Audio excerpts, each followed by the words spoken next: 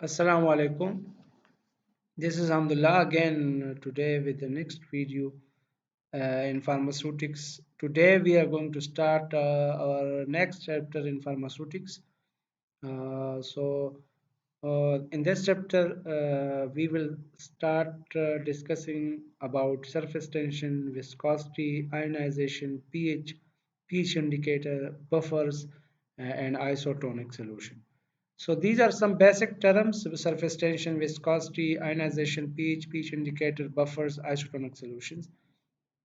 ये कुछ बुनियादी लफ्ज़ है, कुछ टर्म्स हैं, ये फार्मेसी या फार्मास्यूटिक्स में यूज़ होते हैं और हम इसके बारे में आज पढ़ेंगे कि ये सरफेस टेंशन क्या है और इसका रोल पढ़ेंगे, विस्कोसिटी क्या है, इसका रोल पढ़ेंगे, इसके अलावा आयनाइजेशन क्या है और इसका रोल, इसके अलावा पीएच और पीएच इंडिकेटर्स और इसका रोल, बफर्स क्या है और इसका रोल पढ़ेंगे। हम आइसोटोनिक सोल्यूशन के बारे में पढ़ेंगे और इसका रोल हम पढ़ेंगे इस चैप्टर में।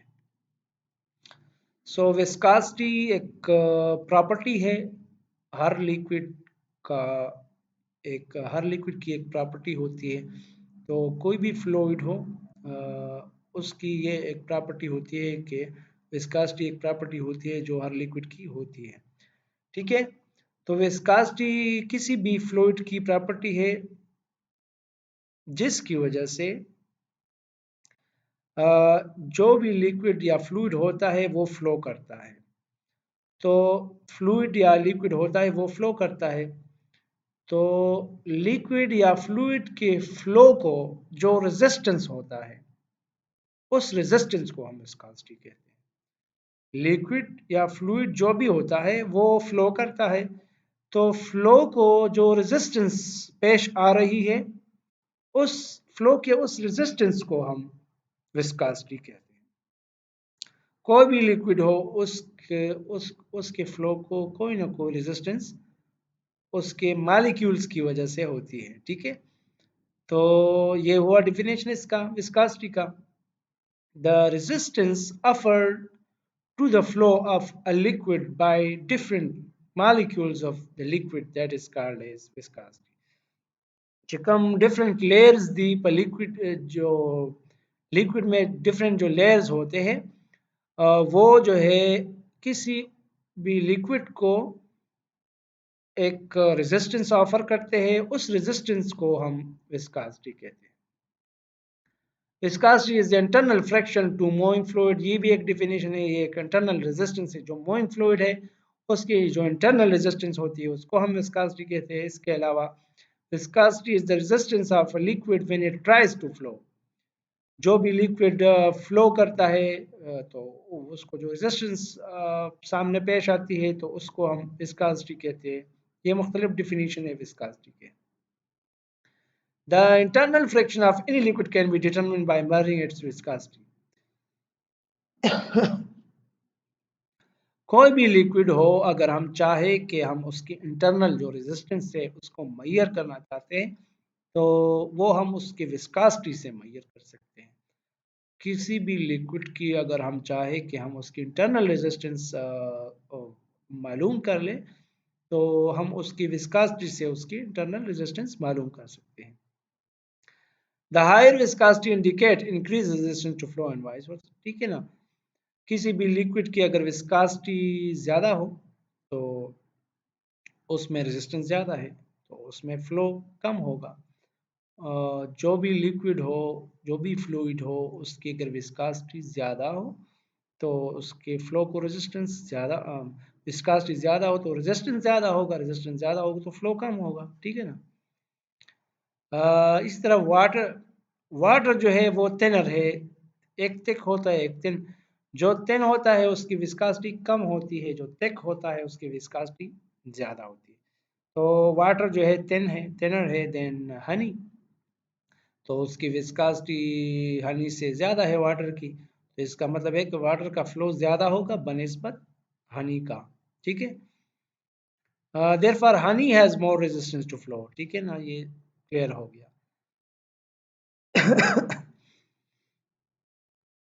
अच्छा, विस्कोमीटर जो डिवाइस इंस्ट्रूमेंट हम यूज़ करते हैं, जो अपरेटस हम यूज़ करते हैं विस्कोसिटी को मेजर करने के लिए, उस डिवाइस को हम क्या कहते हैं? विस्कोमीटर कहते हैं। Viscometer is an apparatus or instrument which is used to determine or measure the viscosity of a substance. ठीक हो गया? अच्छा, there are a number of viscometer used for the determination of viscosity. Some of them stored viscometer है, rotational viscometer है, falling ball viscometer है, ठीक है? तो ये डिफरेंट जो है विस्कोसिटी के लिए मेजर करने के लिए डिफरेंट मीटर्स यूज होते हैं। एक ऑस्टोड विस्कोमीटर है, दूसरा रोटेशनल है, दूसरा फॉलिंग बॉल विस्कोमीटर है। सॉरी। तो और डिफरेंट फैक्टर्स है जो विस्कोसिटी को इफेक्ट करते हैं। इसमें टेम्परेचर है, इसमें एडहेसिव फोर्स है, कोहेसिव फोर्सेस है। adhesive forces, cohesive forces, size of molecule है, shape of molecule है, ये different factors है जो viscosity को इफेक्ट करते हैं। adhesive force वो forces जो different substance के molecule के दरमियान जो force of attraction होती है उसको हम adhesive force कहते हैं, और same substance के molecule के दरमियान जो force होता है उसको हम cohesive force कहते हैं। साइज ऑफ मालिक्यूल है, टेम्परेचर है, शेप ऑफ मालिक्यूल, ये डिफरेंट फैक्टर है जो विस्कोसिटी को इफेक्ट करते हैं, ठीक है। इसके अलावा application of viscosity in pharmacy. अच्छा, विस्कोसिटी इनहांसर जो है मिथाइल सेलुलोज है, हाइड्रोक्सी इथाइल सेलुलोज है, ये यूज होते हैं ऑप्थेल्मिक सॉल्यूशंस में। जो ऑप्थेल्मिक प्रिपरेशन है उसमें यूज होते हैं ताकि उसकी विस्कोसिटी को ये बढ़ाए, और जब विस्कोसिटी इनकी बढ़ जाती है तो फिर ये आई में ज़्यादा टाइम के लिए कांटेक्ट में रहते, और उसको जो उसको जो इफ़ेक्ट है वो होता है, ज़्यादा देर तक उसका इफ़ेक्ट रहता है। फिर तो विस्कोसिटी जब बढ़ जाती तो इसमें फिर वो हम यूज़ करते हैं। अच्छा, viscosity tell us the thickness of a liquid dosage form. ये किसी भी लिक्विड डोसेज फॉर्म के बारे में हमें उसके थिकनेस के बारे में बताता है कि उसकी how thick that much how thick some a liquid dosage form is, and resistance उसके इंटरनल रेजिस्टेंस के बारे में बताता है। तो इसके बारे में ये मालूमात प्रोवाइड करता है viscosity. Viscosity determination is a quality control test for syrup, suspension and other liquid dosage form. ये ठीक है ना, ये जो सिरप है या सस्पेंशन है या अदर लिक्विड डोसेज फॉर्म है, उस के लिए जो एक क्वालिटी कंट्रोल टेस्ट हम करते हैं फार्मास्यूटिकल इंडस्ट्री में, उसको उसकी उसकी क्वालिटी हम चेक करने के लिए, क्वालिटी हम बरकरार रखने के लिए हम उसकी प्रॉपर टेस्टिंग होती है। किसी भी लिक्विड, किसी भी डोजेज फॉर्म, सिरप है चाहे वो सस्पेंशन है चाहे वो दूसरा है, तो उसको उसकी एक प्रॉपर विस्कोसिटी होनी चाहिए, एक ख़ास विस्कोसिटी उसकी होनी चाहिए। तो उसके लिए एक टेस्ट होता है डिफरेंट। अच्छा, useful in formulation of ointment, syrup, suspension and lotion. ये डिफरेंट, ये जो डोजेज फॉर्म है उसमें ये इसका बड़ा किरदार है, इसका बड़ा रोल है विस्कोसिटी का। अच्छा, इसके बाद सरफेस टेंशन आता है। तो सरफेस टेंशन एक फोर्स है जो per unit length of a surface act करता है। किसी भी लिक्विड में उसके सरफेस पर यूनिट लेंथ एक फोर्स होता है जिसको हम सरफेस टेंशन कहते हैं, ठीक है। उस फोर्स की वजह से सरफेस जो होती है उस लिक्विड की वो टेंशन में रहती है, तो उस फोर्स को हम क्या कहते हैं? सरफेस टेंशन कहते हैं। अच्छा, the cohesive force among liquid और रिस्पॉन्स, जो ये सरफेस टेंशन जो है वो लिक्विड की जो कोहेसिव फोर्सेस होती है उसकी वजह से ये सरफेस टेंशन होती है, ठीक है। ये सरफेस टेंशन की जो फिनोमेना है, लिक्विड की लिक्विड मॉलिक्यूल्स के दरमियान कोहेसिव फोर्सेस होते हैं। कोहेसिव फोर्सेस हमने डिस्कस किया कि ये फोर्स ऑफ अट्रैक्शन होते हैं, जो सेम सब्सटेंस के जो मॉलिक्यूल होते हैं उसके दरमियान फोर्स ऑफ अट्रैक्शन को हम कोहेसिव फोर्सेस कहते हैं। तो ये एक है, ठीक है ना। तो ये सरफेस टेंशन है जो मालिक्यूल्स के दरमियान जो कोहेसिव फोर्सेस होती है उसकी वजह से ये सरफेस टेंशन डेवलप हो जाती है। और इसका जो यूनिट है, इसका यूनिट है न्यूटन पर मीटर, इसका यूनिट है। Cohesive force is the force of attraction between the molecules of the same substance. अच्छा, कोहेसिव फोर्स जो है ये सेम सब्सटेंस का जो मॉलिक्यूल होता है, सेम सब्सटेंस के मॉलिक्यूल के दरमियान जो फोर्सेस होते हैं उसको हम कोहेसिव फोर्स कहते हैं। और डिफरेंट मॉलिक्यूल्स के दरमियान, डिफरेंट सब्सटेंस के मॉलिक्यूल के दरमियान जो फोर्स ऑफ अट्रैक्शन होता है उसको हम एडहेसिव फोर्स कहते हैं। मिसाल के तौर पर एक लिक्विड है, दूसरा सॉलिड है, तो लिक्विड और सॉलिड सरफेस के दरमियान जो फोर्स ऑफ अट्रैक्शन है उसको हम एडहेसिव फोर्सेस कहते हैं। ये सरफेस टेंशन की वजह से आप इस इंसेक्ट को देख सकते हैं। ये मॉलिक्यूल्स है, ये मैंने आपको डिस्कस किया, ये डिफरेंट मॉलिक्यूल है, ये भी मॉलिक्यूल है, ये भी मॉलिक्यूल है, ये भी मॉलिक्यूल है, ये और ये सब मॉलिक्यूल एक दूसरे को अट्रैक्ट कर रहे हैं। ये आप देखें ना, एक लिक्विड है, एक सब्सटेंस है, और एक सब्सटेंस के मॉलिक्यूल्स एक सब्सटेंस के मॉलिक्यूल एक दूसरे को अट्रैक्ट कर रहे हैं। तो इसका मतलब क्या हुआ? जब एक सब्सटेंस के मॉलिक्यूल एक दूसरे को अट्रैक्ट कर रहे होते हैं तो उसको हम कोहेसिव फोर्सेस के, तो ये जो सरफेस टेंशन डेवलप हो गया है ये कोहेसिव फोर्सेस की वजह से डेवलप है, ठीक है ना। तो इसकी वजह से अभी ये इंसेक्ट अभी इस पे बैठा है, ये इसकी वजह से नहीं डूबता, एक सरफेस पे एक टेंशन डेवलप हो गया है। ये जो मॉलिक्यूल है एक दूसरे को अट्रैक्ट कर रहे हैं और ये क्लोजली फिर कंपैक्ट हो कंप्रेस हो जाते हैं।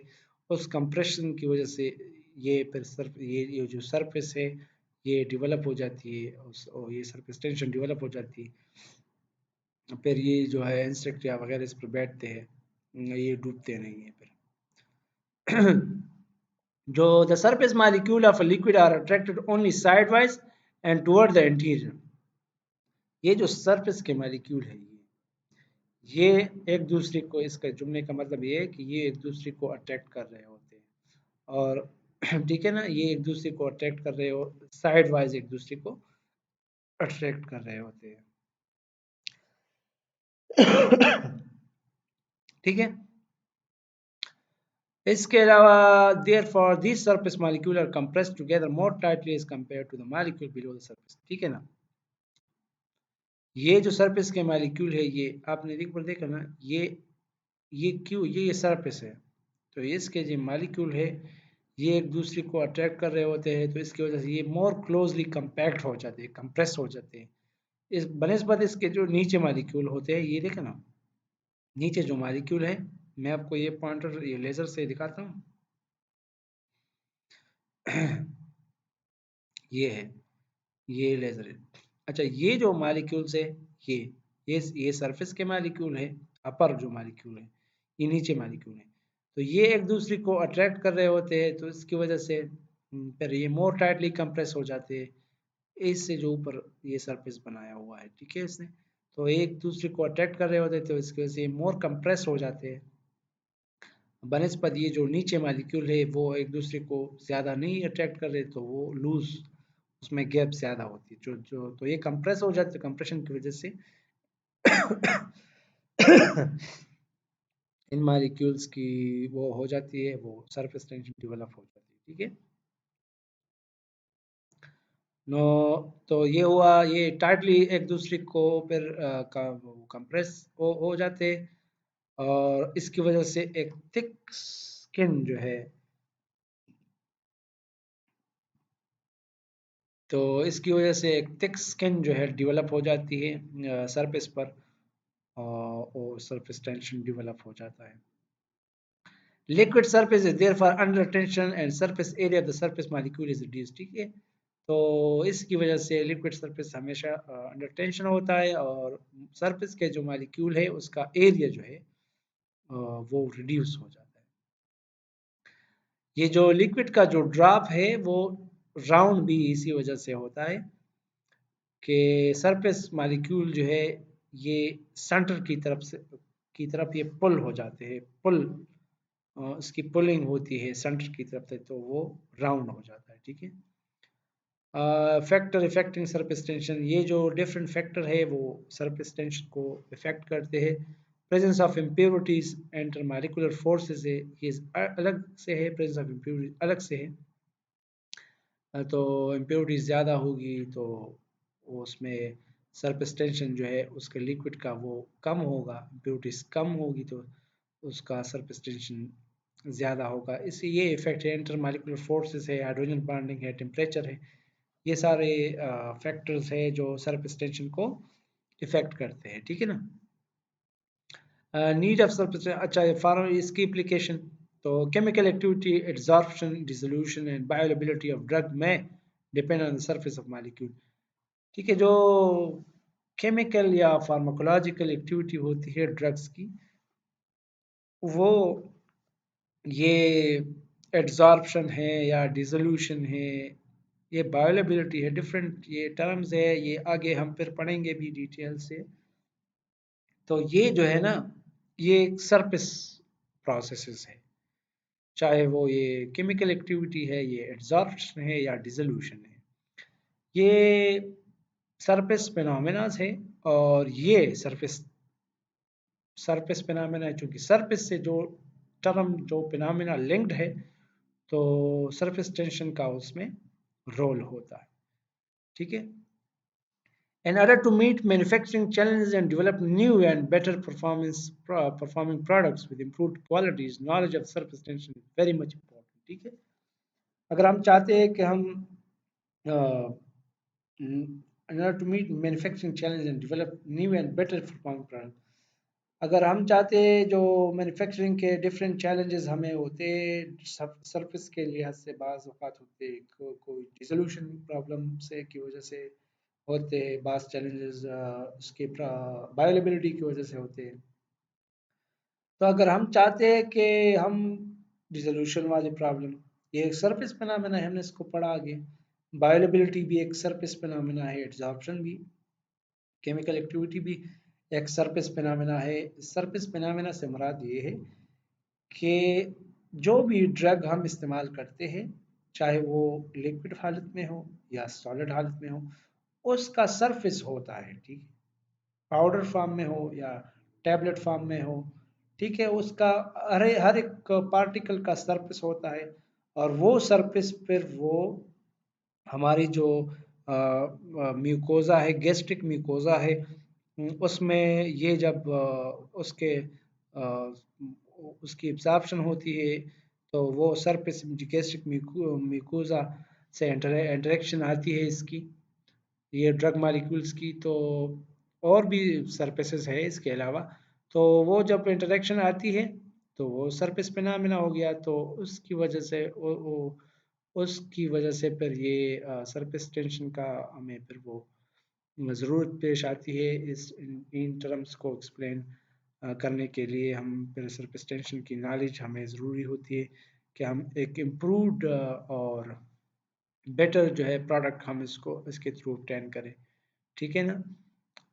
तो knowledge of surface tension is very much important, ये ज़रूरी है। कोई भी अगर हम चाहते हैं कि कोई भी एक बेटर और इम्प्रूव्ड क्वालिटी वाला प्रोडक्ट हम तैयार करना चाहते हैं, तो हम हमारे लिए ज़रूरी है कि हम एक सरफेस टेंशन की हमारे यहाँ नॉलेज हो। तो surface tension studies are important in preparation of emulsion in solubilization of other insoluble. अच्छा, ये इमल्जन और अदर जो है सॉल्युबलाइजेशन इनसॉल्युबल सब्सटेंसेस की अगर हम चाहते हैं कि सॉल्युबलाइजेशन कर लें, तो उन प्रिपरेशन में भी सरफेस टेंशन का नॉलेज होना ये ज़रूरी है।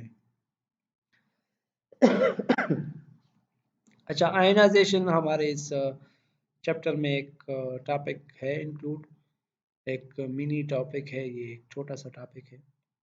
आप लोग इसको पढ़ भी चुके हैं प्रीवियस, आप मैट्रिक में इसको पढ़ चुके होंगे कि आयनाइजेशन एक अमल है, एक प्रोसेस है जिसमें एक एक एटम या एक मॉलिक्यूल को पॉजिटिव या नेगेटिव चार्ज मिलता है। Ionization is a process by which an atom or molecule acquires a negative or positive or charge by gaining or losing electron. Ionization एक प्रोसेस है जिसमें एक एटम या एक मॉलिक्यूल पॉजिटिव या नेगेटिव चार्ज गेन करता है। तो इस अमल को हम क्या कहते हैं? इस अमल को हम आयनाइजेशन कहते हैं। वो अमल जिसमें एक एटम या एक मॉलिक्यूल पॉजिटिव या नेगेटिव चार्ज एक्वायर करता है, गेन करता है, उस अमल को हम आयनाइजेशन कहते हैं। ठीक है। The formation of ion is known as ionization. ये दूसरा डिफिनेशन है इसका कि वो अमल जिसमें आयन तैयार होते हैं, उस अमल को हम आयनाइजेशन कहते हैं। ठीक है। Atom is the smallest particle of an element. किसी भी एलिमेंट का जो एटम जो होता है वो स्मॉलेस्ट पार्टिकल होता है। ठीक है। It consist of central nucleus and outer shell. ये हमें पहले से पता है कि एटम में एक न्यूक्लियस होता है और आउटर शेल्स होते हैं। न्यूक्लियस में जो है न्यूट्रॉन प्रोटॉन होते हैं और आउटर जो शेल है उसमें इलेक्ट्रॉन होते हैं। अच्छा, इसके अलावा हमें ये भी पता है कि न्यूट्रॉन जो है न्यूट्रॉन पर जो है नेगेटिव नो चार्ज होता है, प्रोटॉन पर पॉजिटिव चार्ज होता है और इलेक्ट्रॉन पर जो है नेगेटिव चार्ज। ये हमें पहले से पता है, आप पढ़ चुके हैं इसको। अच्छा, तो जब ये इलेक्ट्रॉन जो है ये भी हम पढ़ चुके हैं, जब इलेक्ट्रॉन एनर्जी गेन करता है तो ये हायर शेल्स को मूव करता है और न्यूक्लियस से दूर चला जाता है। और जब ये इलेक्ट्रॉन एनर्जी लूज करता है तो फिर वो बैक जो है लोअर शेल में फॉल करता है और न्यूक्लियस के करीब आता है। ठीक है।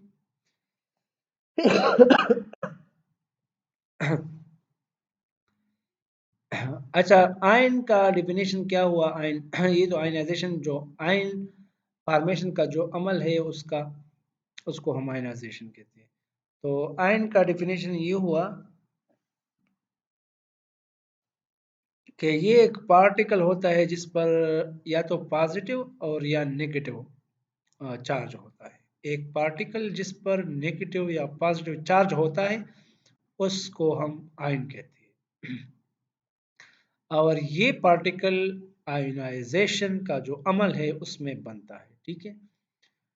तो वो पार्टिकल जो जिस पर एक पॉजिटिव या नेगेटिव चार्ज होता है और वो आयनाइजेशन का जो अमल होता है, आयन फॉर्मेशन का जो अमल होता है उसमें बनता है, तो उसको हम आयन कहते हैं। ठीक है।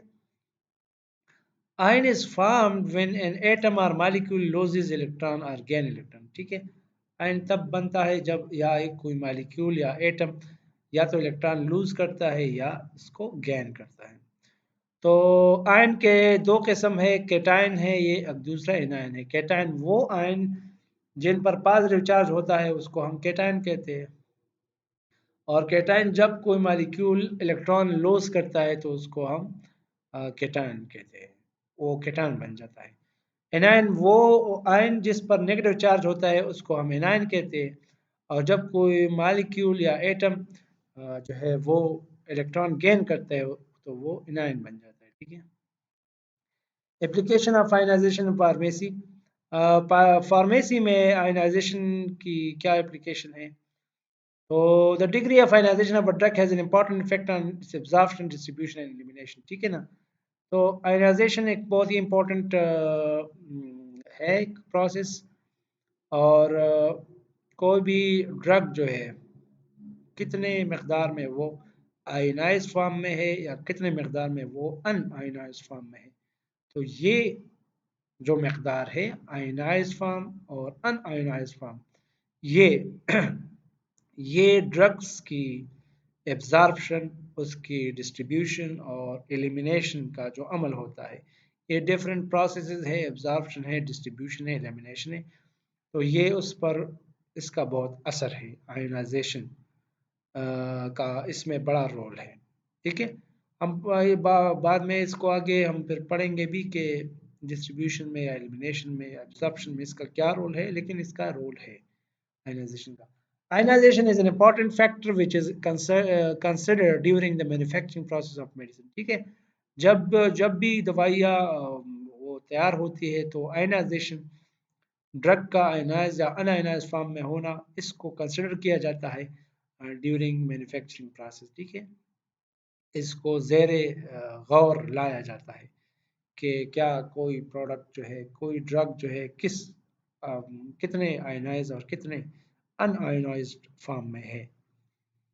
अच्छा, ionization radiation are used in medicine and medical radiography for making inside images of a body. ठीक है, इनसाइड जो बॉडी के इमेजेस होते हैं उसमें भी ये अमल होता है use. Ionization radiation are used to induce mutation to produce new or improved species। ठीक है, ये भी एक अमल है। अगर हम इम्प्रूव्ड स्पीशी या म्यूटेंट जो हम तैयार करते हैं उसमें भी ये आयनाइजेशन रेडिएशन का इस्तेमाल होता है। ठीक है, और ionization radiation are use in sterilization of equipment use in surgery. ठीक है ना, ये आयनाइजेशन रेडिएशन जो है ये स्टेरिलाइजेशन मकसद के लिए भी इस्तेमाल होता है। डिफरेंट सर्जरी में जो इक्विपमेंट्स यूज़ होते हैं उसकी स्टेरिलाइजेशन होती है, वो स्टेरिलाइजेशन अमल में ये आयनाइजेशन रेडिएशन जो है हमारे इस्तेमाल होती है। ठीक है। अच्छा, pH indicators and buffer solution. तो कोई भी लिक्विड हो, ठीक है ना, कोई भी सोल्यूशन हो, उसका एक खास पीएच होता है। ठीक है, पीएच एक प्रॉपर्टी है, एक केमिकल प्रॉपर्टी है। हर एक सोल्यूशन की एक ख़ास मकदार, एक ख़ास पीएच होती है। तो वो प्रॉपर्टी हमने पढ़ा है ना, किसी चीज़ की कोई फिजिकल प्रॉपर्टी है, कोई केमिकल प्रॉपर्टी है, इस तरह हर एक सोल्यूशन की भी एक पीएच होता है, वो एक इसकी प्रॉपर्टी होती है। ठीक है, तो pH is a unit of measure which describe the degree of acidity or alkalinity of a solution। ये कोई भी सोल्यूशन हो उसका जो है वो कितना एसिडिक है वो सोल्यूशन, या कितना अल्कलाइन है या बेसिक है, उसके जो उसके एसिडिटी और कलिनिटी का जो मकदार है, वो कितना अल्कलाइन है या कितना एसिडिक है, ये जो मकदार है एसिडिटी और कलिनिटी का, इस मकदार को हम पीएच कहते हैं। किसी भी सोल्यूशन, कोई भी सोल्यूशन, उसके एसिडिटी और अल्कलिनिटी के मकदार को हम पीएच कहते हैं। पीएच जो है हम ये मेजर करते हैं, एक स्केल है हमारे पास, और वो स्केल 0 से 14 तक है। Solution with the pH less than 7, वो सोल्यूशंस जिसका पीएच 7 से कम हो उसको हम एसिडिक सोल्यूशन कहते हैं, और वो सोल्यूशन जिसका पीएच 7 से ज़्यादा हो उसको हम बेसिक या अल्कलाइन कहते हैं। और वाटर का जो पीएच है वो 7 तक क्लोज है, और ब्लड का पीएच जो है 7.35 है। ठीक है, अच्छा, pH application to determine and maintain suitable pH for a drug during manufacturing। बहुत ज़रूरी है कि किसी भी सोल्यूशन का pH उसको मेंटेन किया जाए, और ये एक फैक्टर है जो हमें बताता है कि ये सोल्यूशन कितने टाइम तक स्टेबल रह सकता है। पीएच एक फैक्टर्स है, एक प्रॉपर्टी है जिसके थ्रू हम डिटरमिन कर सकते हैं कि ये सोल्यूशन कितने टाइम तक शेल्फ लाइफ में महफूज रह सकता है। तो ये एक बहुत ही इम्पोर्टेंट प्रॉपर्टी है। Enzyme work at specific pH so their preparation must be maintained at that pH। अच्छा, तो डिफरेंट जो है एंजाइम्स है वो एक ख़ास पीएच पर एक्ट करते हैं, तो ये जो है उस पीएच में उसको मेंटेन करना ये भी ज़रूरी है। अच्छा, different dosage form e g. Eye drops, nasal drops, air drops, oral solution, injectable solution should be of appropriate pH. ये जो डिफरेंट डोजेज फॉर्म है इनका एक प्रॉपर पीएच होना चाहिए, ताकि ये पीएच जो है ये तो इसके एक तो इनकी स्टेबिलिटी के लिहाज से भी इम्पोर्टेंट है, और दूसरा हम जब को यूज़ करते हैं तो यूज़ में भी हम ह्यूमन को के लिए हम जब यूज़ करते हैं इसको, तो अगर इसकी पीएच ठीक ना हो तो ये फिर प्रॉब्लम फिर पैदा करता है, प्रॉब्लम इसकी वजह से पैदा होते हैं। तो pH इंडिकेटर, ये pH इंडिकेटर क्या है? pH indicator is a chemical compound that is add in small amount of solution of the so that the solution can be determined easily, ठीक है। ये या इसका दूसरा डिफिनेशन ये भी है, pH indicator are organic substances which have tendency to change the color with pH of the solution in which they are present। ये pH इंडिकेटर वो सब्सटेंसेस होते हैं, ऑर्गेनिक सब्सटेंसेस होते हैं, जो हम वो सब्सटेंसेस या ऑर्गेनिक सब्सटेंसेस जो हम एक सॉल्यूशन में डालते हैं, उसको ऐड करते हैं ताकि हम उस सॉल्यूशन की एसिडिटी और बेसिसिटी या अल्कलिनिटी का पता लगाएं। पीएच इंडिकेटर वो इंडिकेटर्स का नाम जो है बताता है कि ये कुछ सब्सटेंसेस होते हैं ऑर्गेनिक जो हम एक सॉल्यूशन में डालते हैं ताकि उस सॉल्यूशन की अल्कलिनिटी और एसिडिटी के बारे में हम मालूम कर सकें।